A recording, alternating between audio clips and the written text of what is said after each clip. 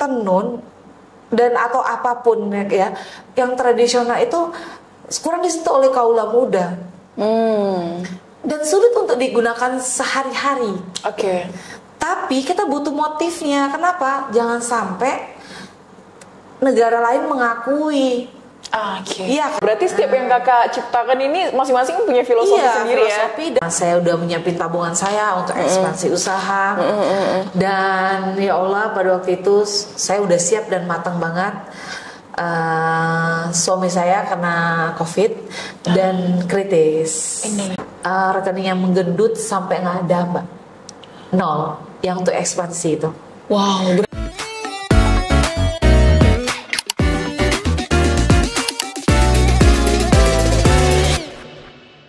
Bismillahirrahmanirrahim. Alhamdulillah kali ini saya ditemani oleh Kak Melati Berlian. Masya Allah, tabarakallah. Kak, ini jadwalnya susah banget ya kita ya ngaturnya ya. Saya udah hubungin kakak udah dari berapa bulan nih ngubungin nih. Mohon maaf ya. Ini sibuk banget ini Kak Melati nih teman-teman. Masya Allah luar biasa ya kesibukannya ya. Oke teman-teman. Buat teman-teman yang mungkin orang Pontianak atau Kalimantan Barat sekitarnya ya kan pasti udah gak asing sama Kak Melati nih, udah warawiri di mana-mana. Mungkin ada yang tahu salah satu mall yang lumayan terbesar di Pontianak. Nah itu ada toko dia di situ tuh di lantai bawah ya kalau nggak salah ya. Di lantai 2. Di lantai 2. Mebu namanya. Mebu ya. Melati Berlian. Ya, Masya Allah. Nah teman-teman, Kak Melati ini beliau merupakan seorang desainer. Nah, jadi memang fokusnya adalah fashion muslimah ya Kak ya tentunya. Dan mungkin bisa dilihat kerudung yang beliau gunakan juga sudah tertera di situ Melati Berlian. Nah, ada unsur-unsur ininya juga, corak insangnya ya Kak ya. Oke. Gimana Kak kabarnya hari ini? Alhamdulillah baik dan tetap semangat karena mau podcast bersama Kora. Tapi sebelumnya Kakak udah kenal Kora belum sih? Jujur belum, tapi cari-cari gitu. Ternyata wow gitu kan. Kayaknya asik juga nih bakal kalau ngobrol nih. Iya, siap. Oke, Kak Melati, langsung aja ya kita tanya-tanya di sini karena kebetulan kita hari Jumat ini penuh semangat banget ya kan. Oke, Kak. Kalau boleh tahu gimana nih pertama kali ya Kak terinspirasi untuk terjun ke dunia fashion ini? Jadi kalau biasanya orang mendesain itu berawal dari tukang jahit gitu ya. Nah tapi saya itu berdiri dari penjual hijab. Jadi saya tuh jual hijab yang general pada tahun 2012 itu zamannya BlackBerry ya. Zaman BlackBerry. Tahun 2000 berapa itu Kak? 2012 kita. 2012 kayak jual gambar gitu. Jadi sebelumnya kalau ditarik semula saya berkaitan dengan entrepreneur dari tahun 2008. 2008 saya mengikuti ajang sampai ke nasional. Itu Wirausaha Muda Mandiri namanya. Nah, saya itu punya peternakan sebenarnya awalnya. Saya punya peternakan ayam Arab dulu. Saya mengikuti namanya pelatihan mahasiswa wirausaha. Wah itu Untan tuh merasa bangga banget punya kader yang namanya Melati. Ngejualnya itu ayam Arab. Nah berkaitan kan. Nah dari situlah berkembang jiwa entrepreneurnya itu semakin menggebu-gebu gitu ya. Berasa kita begitu kuliah kita udah punya tim, wah enak nih kayaknya nih kalau misalnya ngatur nanti kita diatur nih ya kan. Ya dari situlah tapi berjalannya waktu saya menikah. Pada waktu itu saya dikaruniai anak dan dokter bilang nggak bisa lanjutin ke kandang karena bisa mengganggu janin. Nah itu saya dilema banget. Nah, akhirnya tanahnya saya beli, karyawan saya suruh tanam cabai sambil saya berpikir ke depan ini bagaimana hidup saya. Nah saya kebetulan suami di Kementerian Agama, tugasnya di Melawi pada waktu itu. Di sana itu karena saya suka fashion, kebetulan saya juga waktu di WMM itu menjadi salah satu brand ambassador nasional selama 2 tahun pada waktu itu. Kecintaan saya terhadap fashion itu membuat kalau gabut zaman dulu kan pakai pasmina yang dibelit-belit itu ya, kayak turban itu kan. Iya betul. Ya udah saya pakai aja walaupun saya nggak tahu saya mau kemana. di Melawi itu nggak ada destinasi yang bisa buat kita jalan-jalan, nggak ada mall, nggak ada, pasarnya juga tradisional. Kalau Singkawang ada pantai, dia nggak ada, Iya, gitu. iya, Memang nggak ada, betul. benar-benar. Akhirnya saya duduk aja di teras nungguin suami saya datang. Kadang-kadang ibu tanya, mau kemana? Ya bingung juga mau jawab, mau jawabnya kemana? Ah, iya bu, nggak kemana-mana, di sini aja gitu. Akhirnya mungkin suami saya mengerti bahwa saya kayaknya saya butuh hiburan. Saya dibawa tuh di Melawi itu, katanya ada pantai di situ. Semangat dong saya dengan gaya-gaya saya banget bodoh gitu kan. Begitu saya ke sana tuh nggak ada, ternyata itu kayak sungai yang surut. Saya kecewa dan sedih, ya Allah gitu. Sebegini banget di daerah ini gitu kan. Tapi nah dari situlah kegemaran saya membolak-balik hijab itu, orang lama-lama tertarik. Kakak cantik loh jilbabnya, beli di mana? Justru jadi ikonik ya? Iya, jadi kayak di mana? Wah kan namanya kita entrepreneur kan berpikirnya duit gitu ya. masuk. Aha gitu kan, bisa aja bu gitu. Jadi dari situlah awal mulanya saya terinspirasi menjual hijab. Nah terus emang kakak belinya di mana ya? Kebetulan saya punya sahabat, dia punya butik, namanya itu Batavia waktu itu. Beli sama saya aja di mana? Di sahabat saya gitu. Akhirnya begitu udah dia sering beli, akhirnya ketua itu deket sama saya dan saya bilang, Bu, saya akhirnya suami saya dipindahkan di Kota Pontianak. Dia beli terus, belinya di mana? Saya bilang aja Sahabat Muslimah. Kan saya ambil di sahabat saya dan ini Muslimah gitu. Akhirnya saya buka lah namanya Sahabat Muslimah pada waktu itu. Wah, padahal itu cuma tercetus aja ya? Iya. Nah, akhirnya dari 2000 itu 2012 di tahun 2019 saya tuh ikut namanya Action Coach. Itu dari coach bisnis dari Australia. Nah, itu di seleksi di seluruh Indonesia dan saya alhamdulillah menjadi 5 besar seluruh Indonesia. Dan saya tuh bingung, gila ya, itu gede-gede usahanya kan. Udah MM-an, kalau saya mah emberan. Jadi saya bingung kok bisa. Jadi kata coach itu, kamu itu berkembang dengan pesat. Jadi saya di situ dituntut, kamu jangan jual yang general saja. Dia bilang itu tahun berapa kak? 2019. Oh 2019 ya, 2019 dari 2012 2019 saya dibilang, katanya kamu jangan jual itu aja, ayo kamu coba jual dengan brand kamu sendiri. Oh saya bilang nggak laku coach. Udah pesimis dulu ya? Iya, karena saya pernah buat yang corak insang itu. Dari corak insang saya bilang saya udah pesimis. Kebetulan coach saya itu dari suaminya orang Pontianak, dia orang Cades. Dia bilang kamu tuh oke gitu, style kamu tuh asik dilihat gitu, fashionable tapi kamu muslimah yang menutupin aurat tapi fashionable gitu kan. Bahasanya gitu kayak nggak kampungan gitu lah. Looks kamu bagus, ayolah gitu kan. Aku bilang nggak bisa, karena aku udah biasa. Aku pernah jual corak insang tapi nggak menjual. Kalah dengan Tanah Abang, kalah jauh sama barang-barang yang diciptakan sama masyarakat yang di Jawa-Jawa itu, kalah kita. Jadi dan aku nggak bisa ngedesain. Loh Mel, dia bilang itu nggak ada yang nggak bisa, yang penting tuh mau apa tidak mau. Jadi aku jadiin quote saat ini. Jadi tidak ada yang tidak bisa, yang penting mau atau tidak mau. Jadi gitu dari coach itu. Oke. Terus aku harus kayak gimana? Ya belajar. Kamu belajar desain. Tapi nggak bisa jahit coach. Ya belajar jahit. Gitu. Pada waktu itu coach Hana bilang. Jadi akhirnya karena kita di Asian Coach itu kita selama sebenarnya 1 tahun, jadi dipadatkan selama 6 bulan, setengah tahun itu. Jadi sistemnya gini, 2 minggu belajar, 2 minggu pulang, praktekan. Besok itu bulan depan begitu lagi, belajar, praktekan gitu. Nah, akhirnya dalam waktu belajar itu, karena kita ngambilnya di Jakarta, itu saya mencuri-curi waktu. Saya cari tuh desainer, saya cari Adi Barlan, saya datang pribadi. Itu kan lumayan, itu pakai uang saya sendiri. Udah capek saya seharian di Action Coach itu, diperas benar-benar. Malamnya saya kejar Adi Barlan. Itu rasanya tulang, ya Allah. Kalau ini buatan Jepang mungkin udah roboh. Tapi karena Allah yang membuat tadi itu, Allah kasih nikmat yang luar biasa kan. Akhirnya saya menjalankan itu sampai saya bisa. Dari ngedesain, dari buat ininya dulu, dasar-dasarnya dulu.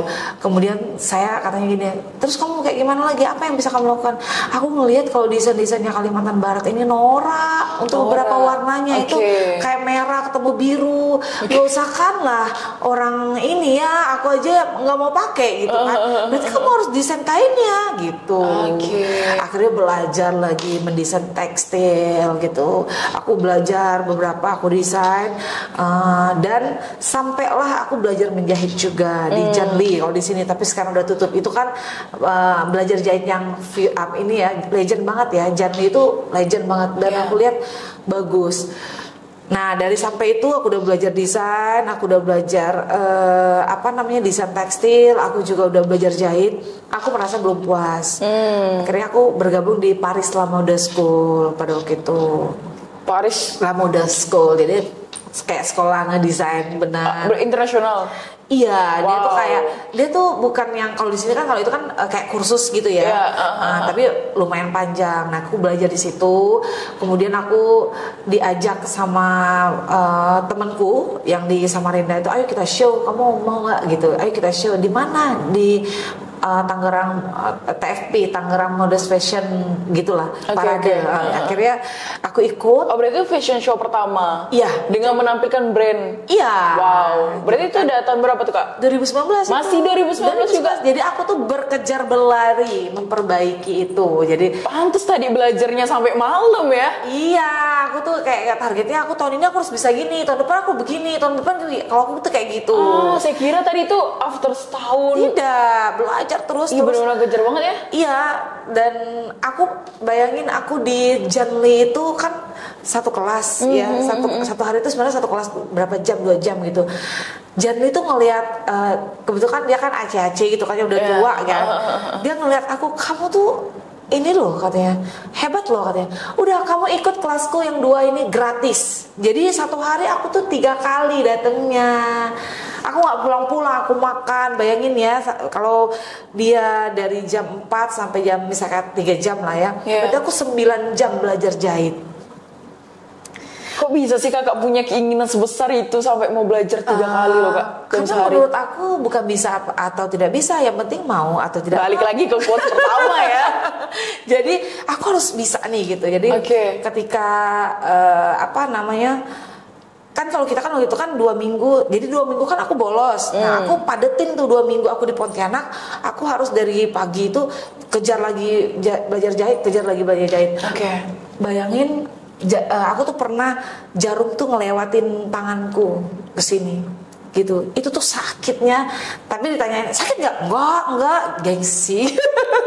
Karena aku merasa jangan mengeluh. Aku pikir kayak gitu dan aku selalu bilang sesuatu yang luar biasa itu dibutuhkan cara-cara yang luar biasa. Kalau kamu mau belajar tentang jahit dan cuma 1 kali pertemuan dalam 1 hari, itu biasa. Tapi ketika kamu makannya 1, 2, 3 itu luar biasa. Dan insya Allah hasilnya akan luar biasa. Iya kan? Wow, iya. Kamu mau tidur, aku udah pergi kemana-mana. Iya kan? Kamu belajar jahit, aku sudah fashion show kemana-mana. Karena aku mau makan 2 dan 3. Kamu makannya cuma 1. Wajar dong kalau aku kenyangnya banyak. Ya kan? Artinya manfaat yang aku dapat pasti lebih banyak ketimbang orang yang mungkin tadinya berkorbankan waktunya hanya sedikit.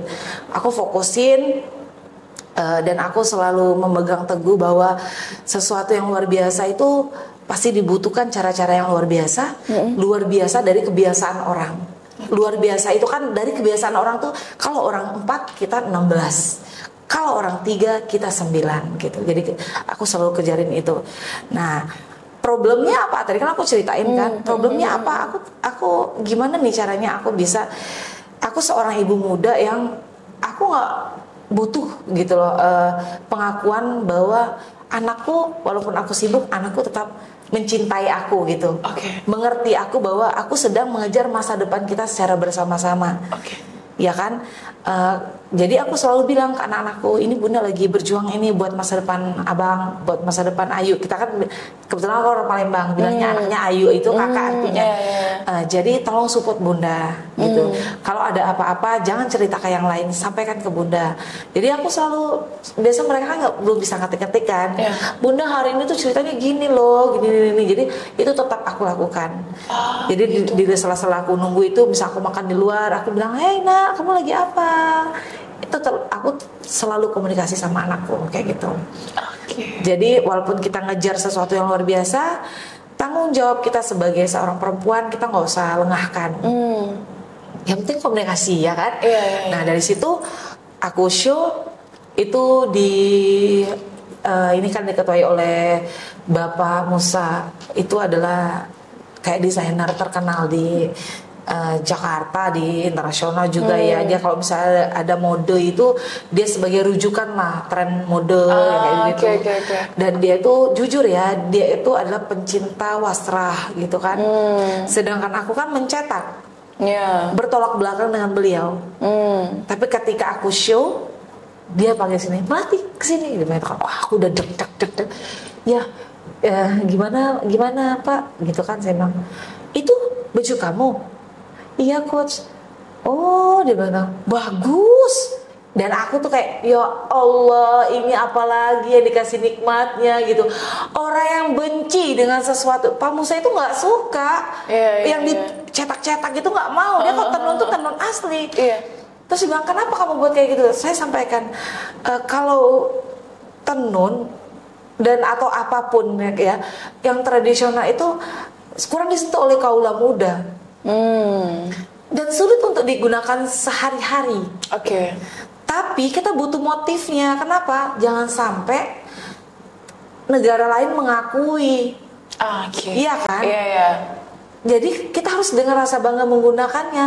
Nggak apa-apa, nggak tenun corak insang, tapi corak insangnya itu seperti ini motifnya. Dari mana? Ya Kalimantan Barat. Seperti kayak Mega Mendung. Sekarang udah diaplikasikan ke jeans, kemana gitu kan. Orang nggak perlu kain batik Mega Mendungnya, tapi sudah tahu itu motifnya Mega Mendung, punyanya Jawa gitu. Ini corak insang punyanya Pontianak, Kalimantan Barat. Nah seperti itu yang aku ambil. Terus aku melihat semakin hari itu banyak muslimah atau berpakaian syar'i itu kadang-kadang dia, karena aku punya yang general, dia pakai LV tembak-tembakan, tulisannya LV. Padahal kita tahu itu pasti nggak mungkin dia beli, ya kan? Kalau LV minimal dia pakai kendaraannya apa gitu kan? KW ya kan? Iya. KW berapa itu? Ya, kalau misalnya dia masih kayak Honda atau apa, ya itu KW yang nggak tahu turunannya ke berapa. Kenapa nggak Melati Burlian aja tulisannya? Terus di bawahnya ada motif kedaerahan, pakainya bangga. Jadi brand dia bangga pakai LV karena dia bangga dengan tulisannya, ya nggak sih? Iya betul, karena brand LV kan udah lumayan terkenal ya kan? Kenapa pakai tembakan? Kenapa kita nggak bangga pakai Melati Burlian, brand lokal dengan motif kedaerahan, kita desain secara eksklusif dan pasti original. Ya kan? Terus kalau nggak kita yang bangga, siapa lagi? Iya kan? Gimana cara supaya dia bangga pakainya? Pertama, desainnya harus eksklusif. Terus yang kedua, pemilihan bahan harus premium. Iya kan? Ketika orang pakai Melati Burlian, orang udah tahu itu barang mall. Dan harganya nggak mungkin 30.000. Iya kan? Betul. Nggak mungkin 30.000. Nah, disitulah saya melihat saat ini sudah tercapai sedikit demi sedikit. Orang udah yang kayak gini, Kak, ada nggak yang polosan tapi tulisannya Mebu gitu. Jadi saya sudah dapat kebanggaan orang ketika menggunakan scarf saya, walaupun tanpa motif daerah. Tapi tujuan saya adalah membanggakan motif daerah dengan brandnya Melati Burlian. Jadi kalau orang ingat muslimah dengan pakaian etnik itu Kalimantan Barat itu siapa? Ya Melati Burlian. Nggak ada yang lain. Mungkin nanti next kedepannya pasti ada yang buat. Tapi orang pasti ingatnya ya Melati Burlian gitu. Nah Nah, makanya kita jaga eksklusifnya, kita jaga dari packagingnya, dari experience-nya, penggunaannya, desainnya, kita jaga benar-benar gitu. Wow, jadi memang dari awal kakak membuat brand Melati Berlian ini memang sengaja ya kak ya, ada unsur etnik dan lain sebagainya, dan fokusnya di scarf, maksudnya di busana muslimah dan lain sebagainya. Dan itu jadi ngebuat brand kakak jadi banyak disukain dan diminatin banyak orang juga ya? Iya, karena berawal dari apa? Dari bahan dulu. Dari bahan dulu dan desain, ya kan? Oke. Nah, desain, kenapa saya belajar tentang tekstil itu, desain tekstil itu? Ya karena saya pengen tahu. Oh, ternyata kalau kain itu ada jenis kerapatannya. Oh, kalau bisa kita belajar desain itu, kita buat mood itu ada ceritanya dulu. Misalnya alam, alam itu seperti apa? Itu ada literaturnya. Wow, berarti setiap yang kakak ciptakan ini masing-masing punya filosofi sendiri filosofi, ya. Dan ingat, saya sudah menyadari, karena saya basicnya adalah pengusaha, saya sudah menyadari bahwa persaingan bisnis itu sangat ketat. Ya, kompetitor di mana-mana ya kak ya. Kayak estafet. Makanya saya sudah melindungi diri saya dengan haki. Haki. Jadi saya, sebelum saya munculkan brand Melati Berlian itu, saya sudah sangat amat sadar bahwa kekayaan intelektual itu wajib kita lindungi. Jadi kalau ada yang mengklaim dengan Melati Berlian atau mencetak, kita sudah punya haki. Kayak gitu. Jadi sebelum kita berperang, kita harus belajar dulu, kita menganalisa dulu, kemudian kita siapkan pelindungnya apa. Wah, ini paling penting banget sih, karena banyak dari kita mungkin entah itu apa ya, yang punya brand ya kan, bikin brand dengan nama sendiri atau lain sebagainya, tapi nggak punya haki nih, sehingga diklaim sama orang lain yang nggak bisa ngapa-ngapain ya kak ya, karena nggak punya hak intelektualnya itu. Dan kalau kekayaan intelektual, menurut aku yang pertama itu utamakan dulu desainnya dulu. Oh, desainnya kalau dulu. Kalau nggak ada ciri khas ya nggak usah lah. Oh, berarti kita harus punya ciri khas dulu nih ya. Orang juga kalau mau jiplak kan milih-milih juga. Iya juga kalau sih. Kalau nggak ada peminatnya, mana orang mau jiplak kan gitu. Lagian mau nganuin haki kan juga mahal.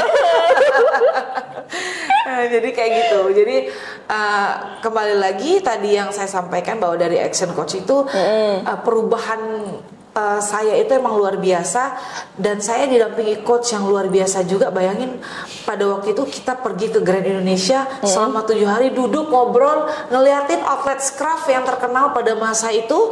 Berapa orang yang datang ke sana, siapa aja, bagaimana penampilannya, apa yang dicari, itu semua kita analisa. Wow, sampai target marketing si scrub itu juga di itu ya. Iya. Terus gimana packagingnya? Kenapa begitu? Apa warna-warna yang sering diluncurkannya? Apa yang disukai? Itu kita tanya terus sampai akhirnya di akhir pembelajaran itu 2019 itu saya agak kaget. Dia ada salah satu teman saya namanya Dani Anwar, mungkin tahu ya, The Warna. Dia ngeledekin saya, itu junior saya itu kurang ajar juga, itu junior saya itu kurang ajar. Dia bilang gini, Kak, katanya setiap nominasi the best apa itu selalu ada namanya Melati. Masya Allah. Kak, katanya setiap kategori selalu ada nama kau, Kak, tapi kok nggak pernah menang ya gitu. Dia bilangnya, karena pada waktu itu 5 kan. Udah pembacaan pertama Melati, yang kedua lagi nominasi Melati, sampai yang keempat Melati, yang kelima aku udah nggak ini lagi karena sering diledekin Melati, dan pemenangnya Melati. Disampaikan ternyata saya pemenangnya sebagai personal grow ya kalau salah. Jadi jiwa yang berkembang lah bahasanya seperti itu. Karena melihat dari coachingannya itu semua memang naik, dari margin, dari omset, semua memang naik karena tadi itu dari kitanya. Makanya balik lagi, sesuatu yang luar biasa dibutuhkan cara yang luar biasa. Saya dari action coach itu, saya pulang ke Pontianak mempersiapkan semuanya. Apa yang saya pelajari di Jakarta, saya analisa, saya pelajari. Terkenalah tidak lama kan COVID. Gak lama kan COVID ya. Tidak lama COVID, saya udah menyiapin tabungan saya untuk ekspansi usaha. Dan ya Allah, pada waktu itu saya udah siap dan matang banget. suami saya kena COVID dan kritis. Jadi di ruang ICU, terus memakan dana yang sangat banyak. Suami saya pegawai negeri, tapi zaman COVID itu kan semua sangat krisis ya. Iya, betul banget. Bahkan dulu zaman itu oksigen aja kita rebutan. Iya, betul kan? banget, betul banget. Dan saya bilang ke itu juga, saya kebetulan suami saya dirawat di rumah sakit kota. Saya terima kasih banget dengan rumah sakit kota, pelayanannya luar biasa. Saya bilang kan tolong kasih sebaik-baiknya pelayanan untuk suami saya, apapun saya kerjakan itu memang kita dari rekening yang menggendut sampai nggak ada Mbak, 0 yang untuk ekspansi itu. Wow, berarti sampai segitunya ya cobaan juga ya ujiannya. Iya, satu rumah kita kena COVID. Yang tidak itu hanya anak-anak. Ya Allah. Jadi saya untuk melindungi anak saya pisahkan anak saya ke rumah mertua. Dan dia tuh nangis banget karena dia nggak pernah pisah sama ibunya. Kalau ibunya pergi, kita kasih alasan, nggak apa-apa. Tapi karena jadi dia merasa kayak dikucilkan. Nah, anak yang cowok karena dia international school, dia ujian, nggak ada yang bisa handle dia untuk bahasa Inggrisnya. Saya akhirnya memisahkan kamar saja sama dia. Itu saya berasa. Tapi saya rasa kayak apa ya, Allah ngasih kesempatan untuk saya melihat apa yang udah saya ajarkan ke anak-anak itu memang terbukti ya. Kayak yang cowok itu dia sholat di depan saya, dia doa. Masya Allah. Dan saya dengar gitu doanya, Allah sembuhin Abi, sembuhin Bunda, kembalikan adiknya kan di rumah mertua. Rumah ibu, ya, neneknya ya. Aduh, itu saya rasanya Allah nggak punya uang tapi hebat ya, makanya saya merasa tuh kayak rezeki saya tuh silaturahmi. Jadi ketika kita nggak punya uang pada waktu itu, tidak tahu datang dari mana, teman-teman saya dari TPA, SD, SMP, bahkan beberapa komunitas, saya senang ikut komunitas sedekah, itu semua mereka berbondong-bondong buat kasih saya makanan, lauk setiap hari, kan kita nggak bisa keluar kan, mereka kayak makan makanan yang tinggal goreng itu mereka frozen food gitu ya, yang kayak itu kan saya ada ikut Yusro namanya Yuk Sedekah Roti itu, mereka sampai kayak piket-piketan nih, hari ini nih antarnya siapa yang antarnya, sampai kayak gitu. Bahkan saya juga nggak pernah bagiin nomor rekening saya karena saya jualnya online juga. Mereka dengan sendirinya tuh, teman-teman saya entah dari mana, teman suami kirim uang, bayangin dalam waktu 1 hari nggak nyampai itu, dari pagi sampai sore terkumpul uang itu puluhan juta. Masya Allah. Dalam 1 hari. Tantung. Saya udah nggak bisa pegang handphone. Suami saya udah pakai ventilator gitu. Apa sih? Iya, ventilator ya namanya. Dan dia bohong ke saya. Kadang kalau Vicol itu dia buka, pura-pura nggak apa-apa. Tapi saya tahu perkembangan dia kritis, dia begini. Saya tahu nggak bisa makan, dia pakai selang. Saya tahu. Tapi dia seolah-olah gini, dia bilang, Abi sehat gitu. Bohong dia tapi ke saya supaya saya nggak ngapa-ngapa. Itu saya nggak keluar kamar, nggak apa, sampai saya lihat, Mel aku udah transfer ya, dia begitu, aku udah transfer sekian nih buat kamu. Saya nggak pernah kasih ke mereka apapun, tapi Allah kasih saya teman-teman yang baik, teman-teman yang hebat. Bahkan saya udah lupa ini siapa gitu. Ini loh teman TPA. Bayangin TPA itu kan kita masih SD ya. Ya Allah. Kan? TPA itu kan masih SD kan kita. Aku jadi TPA kita masih SD. Dia kok tahu aku gitu. Dari media sosial ternyata mereka ikutin. Dan kamu tuh luar biasa gitu. Dia selalu bilang, aku tuh jadi kayak kau tuh kayak inspirasinya aku. Ini loh nggak ada apa-apa, jangan dilihat dari sejumlah uangnya, tapi lihat kasih sayang kami yang kayak gitu-gitu.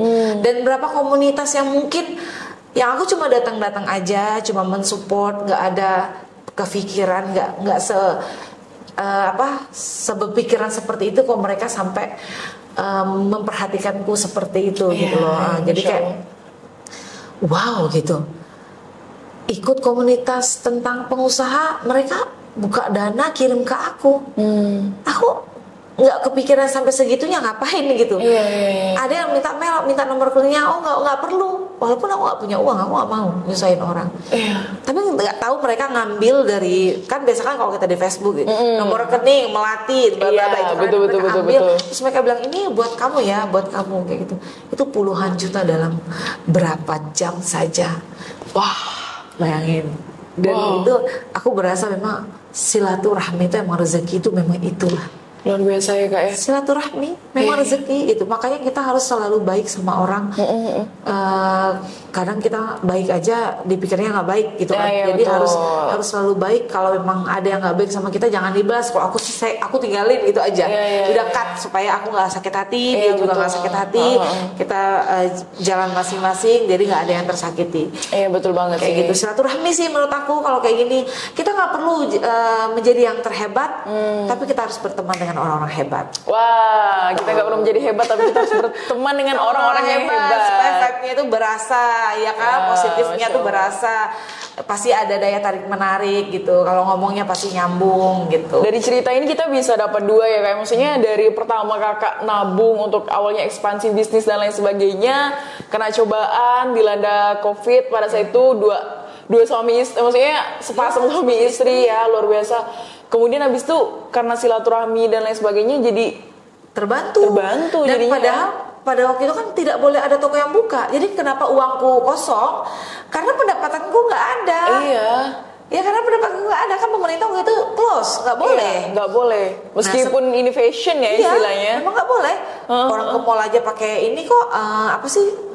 Pakai CPR itu loh yang yang tusuk-tusuk itu kan. Nah kita nggak boleh. Sementara aku punya karyawan yang harus aku gaji. Ya kan, apa nggak boncos itu, belum pengobatan, belum ini nggak jalan operasional. Sewa kan harus tetap. Segala listrik juga harus. Internet dan lain-lain semuanya kita harus penuhi gitu. Berarti memang kalau setiap kita mau menuju kesuksesan ada memang cobaan dan ujian ya. Ya intinya kalau kita mau menjadi entrepreneur itu jangan berpikir sukses kita pasti rugi. Kita pasti rugi. Entrepreneur itu pasti rugi. Entrepreneur pasti rugi. Ruginya apa? Kalau kamu sukses secara keuangan, kamu akan rugi dengan waktumu. Yang tadinya kamu main, tapi kamu belajar. Yang tadinya kamu mungkin nyantai-nyantai, golek-golek, ya kan? Tapi kamu bolak-balik lagi belajar menjahit, belajar ini, belajar itu. Seperti udah diceritain di awal tadi ya. Kemudian apa lagi ruginya? Belajar itu butuh uang. Iya betul. Ya kan? Kalau seandainya produkmu nggak booming, kamu udah belajar ngabisin uang, beli coach, ya kan? Terus belajar, kita ikut kelas. Iya betul. Kemudian kita ke sana, kita makan, minum, hotel dan lain-lain, itu semua rugi. Rugi. Tapi dari kerugian itu pasti ada hitung-hitungannya dalam bisnis, ya kan? Betul banget. Dan harus siap. Jadi entrepreneur itu pasti rugi. Entrepreneur pasti rugi ya. Rugi. Jadi yang mau jadi entrepreneur sih bersiap-siap lah untuk rugi sebelum mendapatkan keuntungan. Iya. Bener ya Kak ya? Iya.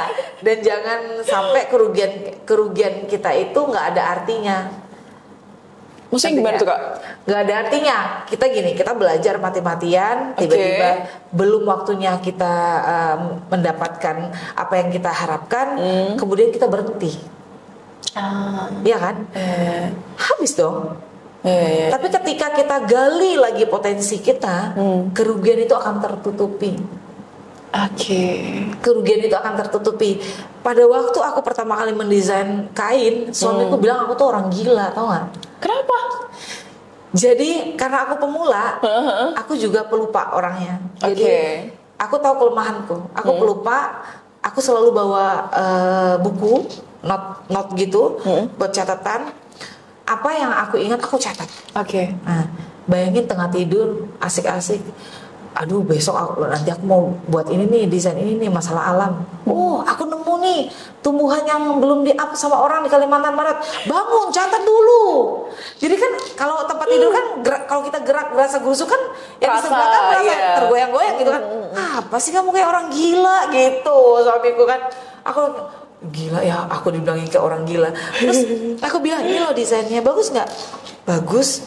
Kamu jual berapa? Sekian. Gak ada bun yang mau belinya. Itu di PSP 1 meter 50.000 gitu. Kan beda, ada brandnya. Emang orang kenal nama brandmu? Lo aku yang perkenalin gitu. Gak ada bun, ada aja. Kemudian terus pada waktu itu di Kementerian Agama minta aku, bisa gak Mbak melatih desain kan kain gitu. Begitu kita desain, yang awalnya juga di underestimate-kan, dan terjual sebanyak 120 juta pada waktu itu. Terus aku bilang, nih orang gila menghasilkan ratusan juta, teng. Pada waktu itu aku bilang kayak gitu. Bahkan salah satu sahabatku itu Rizal Raja Uduk itu, begitu aku datang, ini desainku, gak ada yang mau beli, gitu. Orang-orang terdekatku semua. Termasuk suami kakak juga bilang gitu ya? Ibu mertuaku, aku pakai hijabnya, dia bilang, bagus hijabmu, tapi bisa nggak usah pada namamu gitu. Bayangin, mentalku memang meledak gitu. Tapi karena aku adalah seorang entrepreneur, keren sih mentalnya sih. Aku kayak merasa, oh ya udah, tapi tunggu ya, kamu akan tergila-gila dengan melatih berlian. Kak, tapi serius nih, maaf ya dipotongnya. Kalau kita cewek nih ya, cewek itu kan rentan banget nih sama mentalnya ya kan, nggak sensitif lah, dan mudah pesimis biasanya. Suami sendiri loh gak bilang, emang laku ya gitu-gitu. Iya, tapi gak ada yang laku. 50.000 kok di PSP gitu. Kok bisa ya? Kok bisa ya kakak tetap optimis dan tetap menjalankan hal itu gitu sampai membuktikan hasilnya gitu loh? Kan kita sebagai entrepreneur kan semua yang kita lakukan itu kan berdasarkan analisa. Ngapain aku di Grand Indonesia itu 7 hari berturut-turut?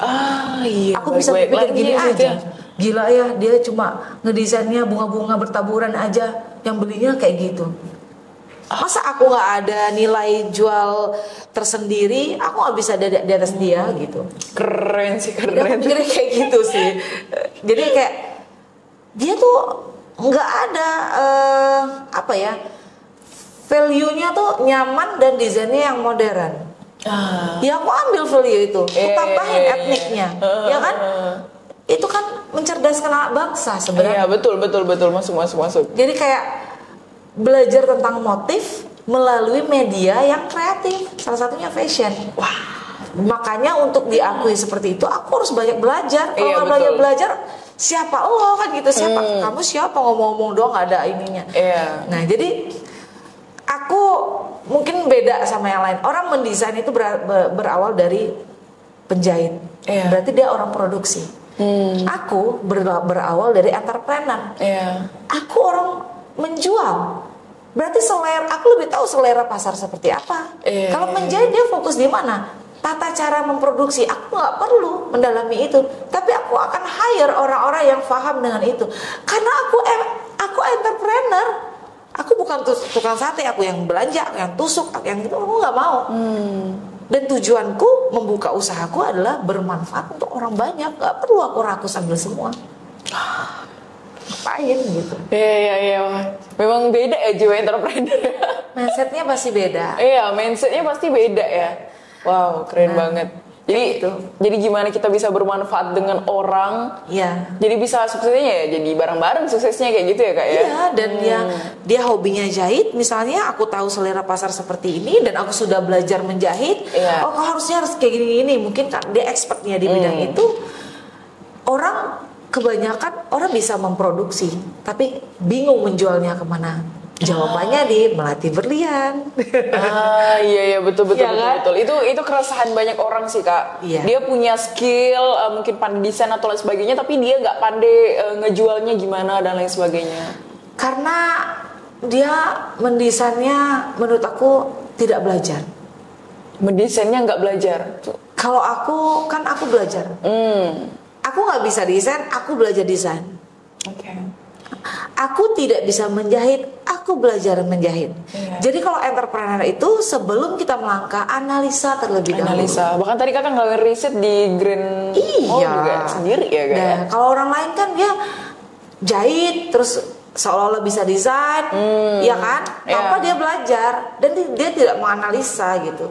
Bayangin berapa kerugian yang sudah saya buang untuk hal itu. Saya belajar, saya pergi kemana-mana yang saya mau, menyita waktu dengan anak dan keluarga pastinya juga dan ya uang pasti. Betul banget. Kita mau keluar itu butuh uang. Betul. Iya kan? Dan jujur aku belajar itu sangat menyita uangku banget, uang tabunganku terkuras. Tapi ketika orang lain mau pakai jasaku, aku bilang saya nggak punya modal. Jadi kalau misalnya mau desain aku, ibu bayar dulu cash. Dan mau 100 juta cash. Wow, Insya Allah. Nah dari situ kenapa? Karena kita sudah punya skill. Kebanyakan orang maju, dia apa adanya, tidak mempelajari skill yang dia punya. Dia hanya merasa, oh dia cepat puas, aku tuh punya skill. Tapi dia nggak tahu pasar itu butuh nggak skill yang kamu punya. Oke. Berarti skill juga mempengaruhi trustnya konsumen ya Kak? Oh itu yang nomor satu. Justru itu yang nomor itu satu yang ya? nomor satu. Kalau di bidang jasa ini ya? Ya di bidang fashion ya. Oh ya di bidang fashion. Iya. Oke. Skill itu nomor satu. Menurutku apapun. Kalau kamu jual kuliner, kamu harus punya bisa masak. Skillnya harus masaknya enak. Iya. Nggak bisa masak, ya belajar masak. Terus siapa yang ngerjain? Ya orang lain. Kita hanya ibaratnya yang membentuk karakter perusahaan kita, kemudian mengarahkan tim kita untuk sama seperti apa yang kita buat. Oke. Gitu. Makanya kan ada SOP-nya harus jelas apa segala. Quality controlnya juga harus diperhatikan. Tapi dari awal nih memang target market kakak tuh memang udah ini ya langsung kalangan menengah ke bawah, menengah ke atas. Ya? Iya, karena kan aku mau menciptakan, saya titipkan rasa bangga ke kamu menggunakan Melati Berlian dan motif kedaerahan. Iya. Kenapa? Karena kita menciptakan itu dengan bahan-bahan premium dan desain yang eksklusif. Saya titipkan rasa bangga itu ke kamu. Kalau kamu belinya nggak pakai murah, bangga nggak kamu? Ya, biasa aja. Iya kan? Iya. Tapi kalau misalnya, oh ini keren banget nih hijabnya, aku juga belinya bukan 30.000, 300.000. Bangga pakai Melati Berlian. Orang lihat juga Melati Berlian, mahal punya dia 300.000. Sama kayak LV kan? Udah pakai LV yang original, ratusan juta, 30 juta minimal scarfnya misalnya. Itu yang aku pikirkan. Cuma tulisan LV. Kenapa nggak diganti aja cuma tulisan Melati Berlian dan ada motif kedaerahannya, menjadi edukasi dan mencerdaskan anak bangsa? Kamu bangga pakai itu. Wah, filosofi ya? Ternyata brand Melati Berlian seperti ini ya Kak ya? Harusnya seperti itu. Jadi nggak ada lagi berasa menggunakan hijab itu berasa kampungan, nggak ada lagi. Iya, betul banget. Nggak ada lagi menggunakan motif kedaerahan tuh kampungan, udah nggak ada lagi. Sekarang udah stylenya. Iya kan? Betul. Bahkan kita sekarang buat namanya Mebu Lovers, pencinta desain dari Melati Berlian. Oke. Nah, jadi mereka merasa bangga. Bahkan kalau misalnya, mana nih desain yang baru, mana nih desain yang baru, wah itu saya kelabakan. Keren sih, maksudnya jadi akhirnya kakak bisa menciptakan Mebu Lovers ya. Iya. Udah banyak, maksudnya orang konsumen-konsumen justru jadi jatuh cinta dan loyal dan bakal repeat order terus nih. Justru jadi bisa menciptakan kayak gitu. Iya. Bahkan kita punya pelanggan non muslim buat gift di perusahaannya dia. Wow. Jadi saya punya salah satu customer saya itu dia orang Chinese, dia suka scarfnya kita, lucu gitu. Biasa cara kan kain doang. Oke. Nah lucu. Kalau non muslim kan biasanya kalau scarf kan bisa untuk selendang atau apa kan. Makanya kitanya bilangnya bukan hijab tapi scarf. Sehingga bisa dipakai sama semua kalangan ya Kak ya. Wih keren. Nah, jadi dia belinya biasa sampai 50 piece, 30 piece, buat ini dia buat parcel diselipin dari Melati Berlian karena vendor-vendornya itu banyak muslim lebaran kan. Iya. Nah, keren. Gitu. Oke, ini udah luar biasa banget ya kita mengulik tentang Kak Melati dan bagaimana juga tantangan beliau dalam membuka bisnis Melati Berlian ini dari 2019 baru mulai buka brand. 19, 20, 21, 22, 23, 24 dengan 2 tahun nih tertunda karena Covid ya. COVID. Ini menurut saya lumayan singkat juga waktunya ya Kak, tapi udah mungkin kalau kita kulik-kulik lagi nih juga pernah kita fashion show di luar negeri ya Kak ya. Betul. Nah udah pernah fashion show di luar negeri. Jadi kalau kita balik-balik lagi sama apa yang Kak Melati lakukan, memang harus belajar dan harus mau hal yang dikorbankan, entah itu materi, entah itu waktu, dan bahkan dibilang beliau seorang woman entrepreneur yang maksudnya ibu rumah tangga juga, yang mengurus suami juga, yang mengurus kedua anak juga nih. Tapi kita ternyata masih bisa berkarir loh gitu. Harus. Ini berarti kalau meskipun belum kakak ceritakan, saya udah sedikit mendapat ini sih Kak, bahwa betapa pengertiannya suami kakak dan gimana supportnya suami kakak juga. Karena kalau tanpa support suami, kayaknya nggak akan mungkin sampai kayak gini dong. Ya nggak sih Kak? Benar. Jadi gini, sebelum kita menikah itu kan kita menentukan pilihan. Oke. Iya kan? Iya. Kenapa saya pilih dia? Ya karena kita sudah punya komitmen. Oke. Dia bertemu saya adalah seorang entrepreneur yang punya papan makan, punya beberapa karyawan, dan saya katakan kalau mau menikah saya harus berkarya. Kenapa? Di prinsip hidup saya itu wanita harus ada 3, bisa sumur, kasur, dan dapur. Dapur itu artinya keuangan. Berkaitan dengan keuangan, terdiri lagi menjadi 2. Kenapa? Suami itu bisa 2. Pasti diambil Tuhan atau diambil pelakor. Bener nggak? Kalau suami kita orang yang baik, taat, kemudian benar-benar mengikuti ajaran agama, dia pasti meninggal kan gitu bahasanya. Terus bagaimana ekonomi anak-anak kita? Masalah makan kita nggak usah pikirkan, pendidikan bagaimana? Kalau saya tidak bergerak, ketika kamu tidak ada, pendidikan anak kita akan terhenti atau akan menurun. Cita-citanya tadi segini jadi begini karena menyesuaikan dengan ekonomi. Tapi ketika saya menunjang kamu, saya membantu kamu tidak ada pun, kamu yakin dan percaya kepada saya bahwa keturunanmu akan baik-baik saja, menjadi yang membanggakan, ya kan? Jadi dari situ kita harus kerjasama dan komunikasi. Apa yang kamu gak suka dari saya, tolong sampaikan. Apa yang mungkin saya tidak suka dari kamu, saya akan sampaikan. Kita komunikasi yang baik.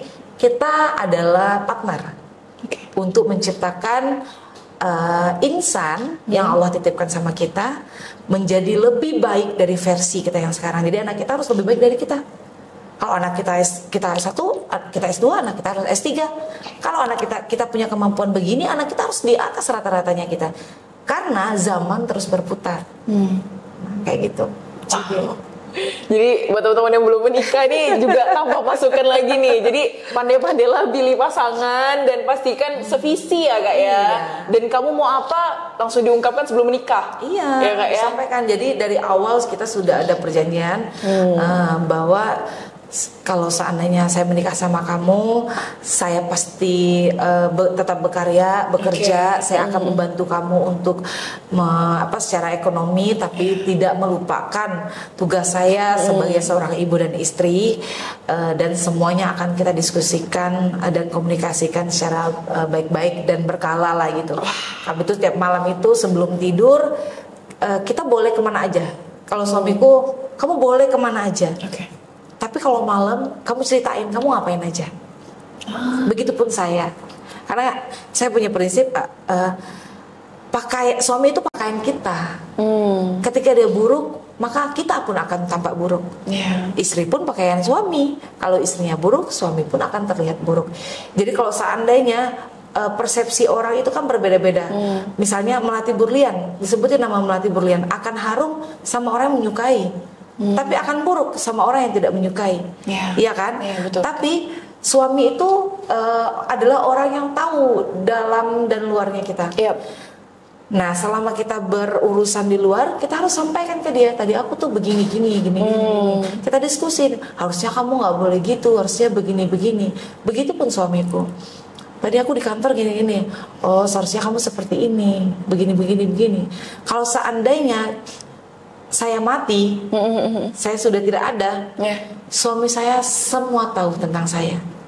Seandainya ada kalimat yang buruk yang disampaikan sama orang yang tidak menyukai saya, suami saya pun akan tahu siapa orangnya dan akan tahu bagaimana ceritanya. Nah, seperti itu. Jadi kita tuh benar-benar terbuka. Tidak ada password yang tidak tahu, tidak ada cerita yang tidak diketahui, semuanya terbuka. Masya Allah, ini luar biasa nih visinya dunia akhirat nih teman-teman. Jadi memang penting komunikasi ya Kak ya. Komunikasi penting. Jadi jangan bilang lagi untuk apa komunikasi meskipun setiap hari ketemu. Ya harus setiap malam harus komunikasi. Meskipun setiap hari ketemu ya Kak harus komunikasi ya. Dan kata siapa itu? Kadang kita perempuan itu tantangannya adalah kalau kita udah punya uang sendiri itu sifat tidak memerlukan laki-lakinya itu timbul. Iya itu tuh gimana tuh Kak? Caranya kita harus pura-pura manja. Jadi sebenarnya hal-hal gitu malah justru yang ditakutin suami Kak. Karena takut istri aku pendapatannya di atas nih, bisa-bisa dia meremehin aku tuh gimana tuh Kak? Kalau ini sebenarnya pernah ditanya sama kakakku juga. Jadi kakakku tuh bilang, kok suamiku kayak nggak support? Ya karena kamu dapat uangnya kamu sendiri. Kalau aku begitu aku dapat uang, kamu apa? Gitu. Motor baru juga jangan. Ya kok ada yang motor baru? Yaudah aku beliin motor baru gitu. Ya aku mau handphone baru. Udah ayo motor baru. Atau aku lagi punya, aku mau beli mobil baru. Ya udah kamu pakai aja mobilku nggak apa-apa. Gitu. Jadi hasilnya kita untuk keluarga dan untuk dia. Kitanya nomor 2, sama juga hasilnya dia untuk keluarga dan untuk saya, dianya nomor 2, jadi saling. Kayak gitu. Jadi kalau misalnya kayak ngasih juga, misalnya kita kasih mertua, biasa kan ada tuh orang ngasih mertua, ya dia ngasih ibunya, aku ngasih ibunya. Kalau kita tidak bersilang. Ibumu adalah ibuku, ibunya aku adalah ibumu. Jadi kalau misalnya ibunya kita lagi perlu, kita keluarin masing-masing. Aku, ibuku adalah ibumu kan. Jadi kalau ibumu perlu apa-apa, pakai uangku. Kak, ini ibumu kan. Kalau ibuku ada apa-apa, pakailah uangmu. Kayak gitu. Kamu yang kasih gitu. Walaupun mau sama-sama gitu. Bisa kayak mama nih perlu ini, yang perlu ini. Ya udah kasih, aku yang kasih. Justru dengan kita menerapkan hal-hal kayak gitu, jadi kebersamaannya makin oke ya Kak ya. Dan mertuaku jadi support kan. Iya betul. Ini mertuaku sering kasih ini nih, ya udah mudah-mudahan kamu sukses ya usahanya. Jadi kan ada doa baru. Wah, sedangkan orang tua kita memang pasti dong. Itu kan udah pasti. Ya pasti iya, orang tua kan pasti membanggakan anaknya. Iya, betul, wah sebagaimana mungkin buruknya gitu kan. Iya betul. Tapi mertua kan belum tentu. Tapi ketika kita merangkul, kita support, kita tunjukkan kasih sayang kita juga. Jadi seperti itu. Wih keren, dia dapat insight baru nih. Jadi teman-teman yang mungkin baru menikah, yang lagi cekcok sama mertuanya, coba nih terapin kayak gini, mungkin bisa berlaku kan jadi baik. Karena kan biasanya banyak tuh Kak menantu cekcok sama mertua ya kan. Ya itu biasa lah ya. Biasa lah ya. Biasa, tapi yang luar biasa bagaimana cara kita menyikapinya aja. Bagaimana cara menyikapinya. Lagi-lagi balik ke cara ya Kak ya. Cara. Mungkin kita boleh kesel, ya siapa sih nggak kesel, mungkin kita disakitin hatinya, tapi balik lagi cara. Kita seperti apa? Oke Kak, ini kita udah lengkap banget nih dari sampai ke keluarga, kisah suami maksudnya nasihat-nasihat suami istri juga ada di sini di podcast ini. Masya Allah udah menginspirasi. Kita lanjut ke belajar Quran ya Kak ya. Nah kebetulan di Qoro'a aplikasi belajar Quran, jadi penasaran juga dengan kesibukan, mungkin teman-teman yang nonton dari awal juga tahu nih gimana kesibukan Kakak juga. Terus gimana nih cara Kakak memanajemen waktu untuk bisa tetap belajar Quran? Jadi gini, saya tuh kadang-kadang berpikir mungkin Allah yang kasih ke saya ini adalah dari hasil saya membaca Al-Quran. Saya dari SD itu dulu sering lomba ngaji belagu. Serius, gitu. Iya. Wow, berarti? Iya. Wow. Berarti udah ada basic tilawah juga dong dari kecil. Dulu kita kan bilangnya remaja surau ya. Iya, remaja masjid surau gitu kan. Jadi saya itu dulu kegiatannya itu karena saya pendatang, saya nggak punya sepupu, nggak punya siapa-siapa saya kecuali adik beradik. Jadi waktu saya tuh habis mainnya tuh di masjid atau di surau. Satu hari itu saya ngaji bisa sampai 3 kali. Itu di Palembang dulu ya? Enggak, di Pontianak. Udah di Pontianak? Iya. Di Pontianak kan kita dari kecil kan di Pontianak. Kalau di sayanya ya, kalau kakak saya kan mengikuti bapak tugas-tugas kan. Jadi ini adalah pulau terakhir. Jadi bapak meninggalnya di sini. Gitu. Jadi karena nggak bolehin main, jadi saya kadang-kadang alasan saya ngaji. Ngaji kan kita bertemu teman tuh. Iya betul. Jadi ngaji, lama-lama dilihat suara saya memadai, saya sering ikut lomba sholawatan. Suka mewakili sekolah. Nah di SMP pun begitu, saya dulu SMP 13, saya sering kalau itu pasti kayak Isra Mi'raj itu yang ngaji pasti saya. Mewakili sekolah pernah sampai tingkat kota, saya juara 3. Zamannya di Korem dulu kan nerima piagam dulu kan di Korem. Nah, saya berasa dari mengaji itu suara saya tuh terbentuk. Sering lomba-lomba nyanyi kan, akhirnya kalau kita bisa ngaji sudah pasti bisa menyanyi. Iya betul. Tapi bisa menyanyi belum tentu bisa mengaji. Betul. Nikmat itu dulu saya suka lomba-lomba ngaji 17 Agustus RT-RT-an itu. Nah jadi yang punya alat suka bawain saya, kamu mau nggak ikut nyanyi? Nggak mau om, takut gitu kan. Nggak apa-apa, di tempat pernikahan. Saya pikir dapat uang, kenyang gitu kan. Akhirnya saya nyanyi. Nah disitulah saya kenal banyak orang. Terus disitulah public speaking saya terlatih. Kan kita kalau organ tunggal dulu kan yang nyanyi juga yang MC. Iya betul. Disitulah saya bisa mengembangkan dari Al-Quran itulah. Nah dari situ suami saya suka ingatin, kamu di posisi sekarang karena Al-Quran loh. Kalau kamu tinggalin, apa kamu merasa nggak berdosa tuh? Katanya hanya orang yang ini aja, apa sih kata suamiku, istiraj ya, apa sih namanya? Iya, istiraj. Dia udah dikasih nikmat tapi nggak bersyukur. Iya. Kayak gitu kata suamiku. Terus lupa sama ibadah. Nah, akhirnya kebetulan di Kementerian Agama itu dulu tuh Ibu Dharma Wanita itu ada namanya komunitas One Day One Juice. Okay. Nah, aku salah satu peserta di situ. Tapi dan bersyukurnya beliau-beliau itu mengerti dengan kesibukanku. Biasa walaupun aku nggak setor, aku bilang Bu nggak bisa setor untuk hari ini, tapi tetap aku di dalam situ artinya ada batasan yang harus aku jaga. Bahwa Quran itu penting banget. Dan saya selalu bilang Quran itu sebenarnya arah hidup. Arah hidup. Kalau kita berhijab, sama kayak berhijab, banyak orang tingkah lakunya nggak baik, itu kan dianya. Sebenarnya kalau untuk berhijab itu kita akan menjadi baik. Kenapa kita malu dengan hijab kita? Ya, betul kan? Betul. Sama dengan Al-Quran, kita bisa mengaji, tapi nggak kita lakukan, kita malu dengan ucapan kita. Al-Quran itu kan yang kita bacakan ucapan itu kan, iya kan? Kita rasanya malu aku misalnya kita ngomong kayak gitu, Melati ini dulu bisa ngaji, tapi sekarang malah nggak ngaji gitu kan, malu aku nih ya kayak gitu. Jadi ada batasan, ada rasa malu. Walaupun berawalnya dari mungkin kita kayak ada kesadaran dalam diri kita, batasan dalam diri kita yang bukan dari pihak lain. Jadi yang menjadi lama-lama akan menjadi prinsip hidup. Kalau nggak sholat, kalau nggak ngaji, kita malu. Kita malu bukan hanya sama Allah, sama diri kita juga, sama mertuanya kita, sama suami, ya kan? Tanamkan rasa malu itu. Udah dikasih nikmat kok, tapi nggak jalanin gitu, ya kan?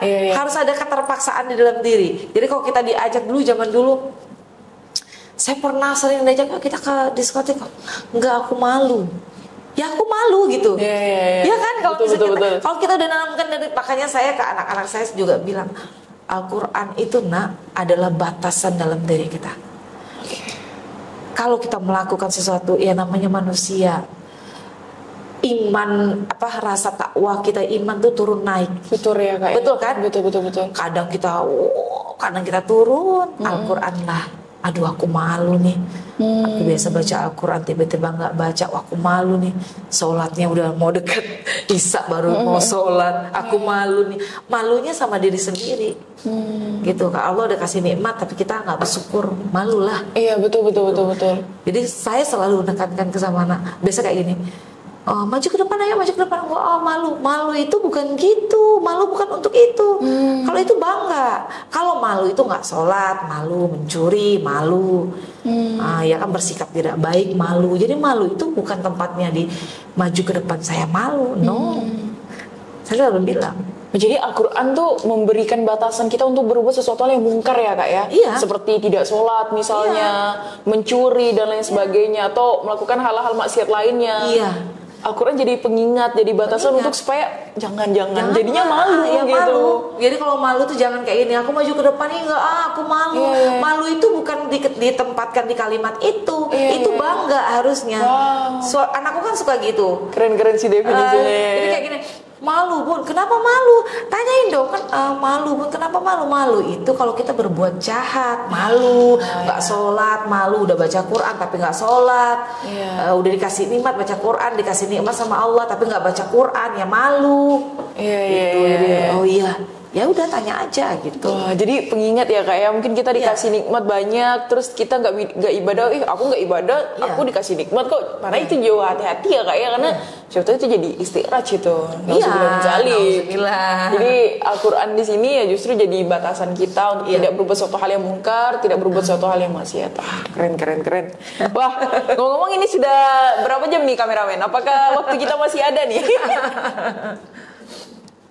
Oke. Mungkin ini ya Kak ya, karena sudah memasuki waktu, sebenarnya sih ada beberapa hal lagi sih tentang Quran yang mungkin bisa kita tanyain sama Kak Melati, tapi ya begitulah karena memang waktu nanti kelamaan nih audiens kita nonton nih ya Kak ya. Mungkin lebih last question lah. Tapi last question ini bisa dibilang ada beberapa pertanyaan, bisa kakak langsung jawab aja. Mungkin kakak boleh kasih pesan untuk teman-teman muslimah kita di luar sana, kemudian mungkin boleh diselipin dikit nggak sih kak, mungkin ayat Al-Quran yang kakak favoritin, dan siapa sih kira-kira tokoh muslimah yang juga menjadi tokoh muslimah sangat kakak favoritkan juga mungkin. Oke. Kalau Al-Quran yang paling saya favoritkan Al-Ikhlas, sudah pasti. Iya. Itu rasanya itu pegangan hidup kita, surah itu. Jadi keesaan Allah kan, itu kan. Jadi saya selalu menyukai. Jadi kalau saya tidur, saya pasti baca. Atau kalau misalnya saya merasa ada kayak worry atau takut, saya baca kayak gitu. Itu menurut saya ayat yang paling nggak mungkin umat Islam nggak hafal ya, harus wajib selain Al-Fatihah itu harus wajib gitu. Nah kemudian tadi disampaikan muslimah yang terinspirasi dari mana? Ibu saya. Ibu saya adalah inspirasi saya. Jadi kekuatannya dia berada di tanah Borneo ini sebagai pendatang, tidak menyurutkan semangatnya dia untuk menjadi yang terbaik gitu. Kami 6 bersaudara, kebetulan bapak sudah nggak ada, dia bisa menghidupi kami dengan sangat baik, dan dia mengajarkan kami tentang agama. Saya selalu dibawa kalau misalnya dia ke ustadz kemana, makanya saya suka membaca Al-Quran karena beliau juga. Jadi kalau ditanya nggak ada yang istimewa, nggak ada yang diinspirasikan selain ibu saya sendiri. Masya Allah. Nah, apalagi tadi pesan untuk teman-teman, pesan buat teman-teman ya yang muslimah. Tidak ada batasan kita sebagai muslimah untuk berkarya, ya. Yang penting itu adalah niatnya. Kalau niatnya untuk mendapatkan harta, untuk menunjukkan ketenaran, lebih baik nggak usah. Lebih baik asuh saja anakmu. Tapi kalau niatmu untuk bermanfaat untuk orang lain, memberikan manfaat dan membantu suami, ya membantu suami loh ya, bukan merendahkan suami. Membantu suami menjadi tulang punggung keluarga, kita hanya membantu mungkin di waktu susah, bisa saving dananya untuk bantu suami, dan memberi edukasi terhadap anak kita bahwa hidup itu perlu perjuangan, dan siapkan diri, belajar sebaik-baiknya, dan tetap tangguh untuk menjalani hidup di bawah keridhaan Allah. Jadi kalau Allah nggak ridho, nggak usah dikerjakan. Masya Allah, tabarakallah. Kak Melati, jazakillah khairan, luar biasa banget. Jadi ingat teman-teman, jangan lupa untuk selalu jika ingin melakukan sesuatu, berkarya di luar, jangan lupa untuk bisa bermanfaat. Itu yang pertama untuk orang lain. Kalau mencari ketenaran, kekayaan, lebih baik mengasuh anak saja. Wah, keren-keren quotesnya. Abis ini bikin quotesnya abis ini. Kak, sekali lagi Kak, jazakillah khairan. Terima kasih banyak, syukron. Terima kasih udah mau hadir di sini dan sharing. Semoga teman-teman yang menonton ini akan menjadi inspirasi dan juga motivasi teman-teman ke depannya. Dan apabila ada salah kata atau tingkah laku selama berjalannya podcast, kami mohon maaf. Jazakumullah khairan semuanya. Assalamualaikum warahmatullahi wabarakatuh.